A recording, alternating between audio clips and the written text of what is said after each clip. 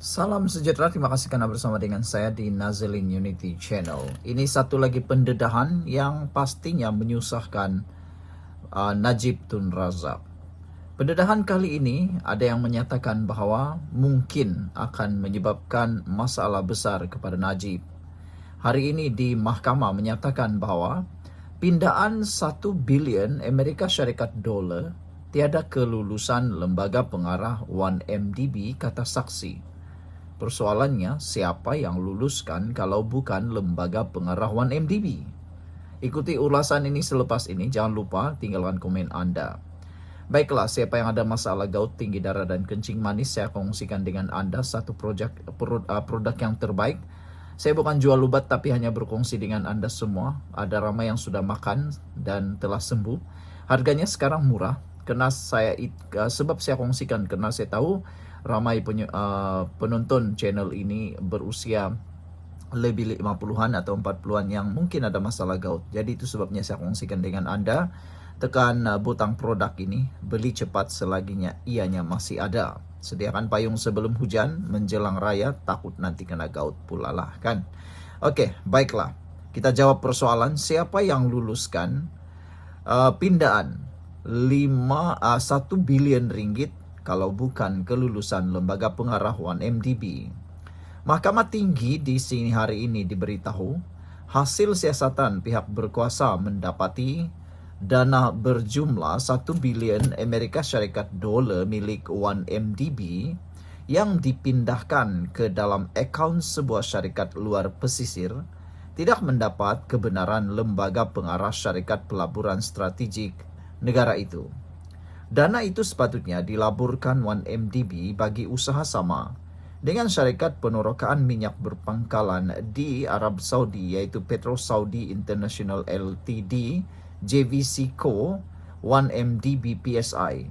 Bagaimanapun 700 juta US dollar dipindahkan ke akaun Goodstar Ltd, yaitu syarikat luar pesisir yang dikatakan milik ahli perniagaan dalam buruan Lo Tiak Jo atau Jolo. Usaha sama itu bagaimanapun tidak dimasukkan dengan PSI, sebaliknya melalui syarikat samaran yaitu Petro Saudi Holding Cayman Ltd, di mana ketua eksekutif PSI Tarek Obaid yang juga kenalan Jolo melaksanakan perjanjian bagi mewakili Petro Saudi Holdings. Saksi ke-11 pembelaan yang juga bekas Senior Assistant Commissioner SAC R. Rajagopal memberitahu mahkamah bahwa berdasarkan siasatannya tiada arahan dikeluarkan oleh lembaga pengarah 1MDB supaya dana berkenan dimasukkan ke dalam akaun syarikat Goodstar. Rajagopal yang menjawab soalan peguam Wan Azman Aiman Wan Fakhruddin berkata, hasil siasatan mendapati ia juga bertentangan dengan keputusan lembaga pengarah. Tiada arahan daripada lembaga pengarah 1MDB supaya 700 juta Amerika Syarikat dolar masuk ke akaun Goodstar. Siasatan saya menunjukkan penghantaran wang ke Goodstar bertentangan dengan keputusan lembaga pengarah, katanya. Sepanjang perbicaraan yang bermula sejak 2019, bukti lisan dan dokumen telah dikemukakan di mahkamah untuk menunjukkan bahwa entiti luar pesisir itu pada satu ketika telah dikatakan sebagai anak syarikat PSI. Menurut pasukan pembelaan Najib, bekas Perdana Menteri dan Menteri Keuangan itu tidak mempunyai pengetahuan atau pembabitan dalam salah laku di 1MDB dan penyelewengan didalangi oleh Jolo serta ahli pengurusan syarikat itu. Pada perbicaraan sebelum ini, mahkamah diberitahu bahwa ahli lembaga pengarah 1MDB Muhammad Baki Saleh tidak berpuas hati dengan pembayaran 700 juta US dollar ke akaun Goodstar. Bekas Ketua Pegawai Eksekutif 1MD Sarul Azral Ibrahim Helmi yang memberi keterangan ketika itu berkata beliau melaporkan status terkini usaha sama itu di mana 1MDB membayar sahamnya sebanyak 1 bilion Amerika Syarikat dolar dalam dua transaksi berbeza, masing-masing 700 juta US dollar ke akaun Goodstar dan 300 juta ke akaun JVC Co.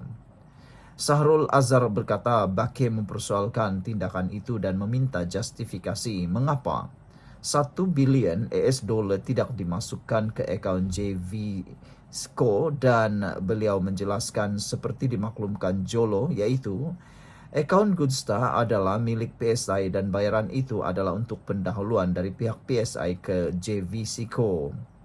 Mahkamah juga sebelum ini diberitahu bahawa tiada seorang pun daripada ahli lembaga pengarah 1MDB mengetahui 700 juta Amerika Syarikat dolar dipindahkan ke akaun sebuah syarikat yang dimiliki Jolo. Perjanjian usaha sama JVCO 1MDB PSI telah meninggalkan hutang berjumlah 700 juta Amerika Syarikat dolar yang berpunca daripada pindaan dana berkenaan. Najib sedang membela diri terhadap 4 pertuduhan menggunakan kedudukan beliau ketika itu untuk memperoleh suapan berjumlah 2.3 bilion dana 1MDB dan 21 pertuduhan penggubahan wang haram membabitkan jumlah yang sama. Perbicaraan di hadapan Datuk Hakim Colin Lawrence Square di Istana Kehakiman bersambung 24 Mac ini. Sekian dulu untuk kali ini. Jangan lupa tinggalkan komen anda. Salam sejahtera. Terima kasih karena bersama dengan saya di Nazilin Unity Channel. Ini dapatan terkini SPRM selepas siasatan terhadap Ismail Sabri Yaakob. Setelah beberapa kali ditangguhkan, siasatan terhadap Ismail Sabri Yaakob, akhirnya Ismail Sabri hadir ke bilik pejabat SPRM pada 9.45 pagi tadi dan beliau telah pun berjaya disiasat selama lebih kurang 5 jam. Wah, ini satu perkara yang luar biasa. Apa agak-agaknya yang ditanya oleh SPRM atau apa agak-agaknya yang didapat peroleh oleh SPRM sehingga Ismail Sabri Yaakob mengambil masa sehingga 5 jam untuk disiasat dan didapatkan maklumat. Tapi yang menariknya, SPRM menyatakan bahwa Ismail Sabri akan diarah semula datang kembali ke SPRM esok. Wah, ini satu berita yang memang menggemparkan kita. Sebelum itu, siapa yang ada penyakit kencing manis, tinggi darah dan gout, sila tekan butang produk yang ada dalam konten ini. Saya kongsikan dengan Anda produk yang terbaik. Sediakan payung sebelum hujan. Ini bukan jual ubat tapi hanya berkongsi manfaat yang terbaik untuk Anda semua kerana ramai yang telah membelinya dan telah pun sembuh. Dan mereka kata harganya lebih murah daripada harga pasaran biasa. Jadi cepat beli sebelum habis stok. Sediakan payung sebelum raya ini. Nanti takut pula raya nanti Anda kena gout atau tinggi darah kencing manis. Itu yang bahayalah kan. Jadi ada masa lagi untuk cuba bersiap sedia. Baiklah. SPRM akhirnya selepas 5 jam menyesat Ismail Sabri Yaakob mengarahkan sekali lagi Ismail Sabri Yaakob datang ke pejabat SPRM esok. Yang menjadi pertanyaan besar daripada kalangan netizen, pengulas politik dan pemerhati politik.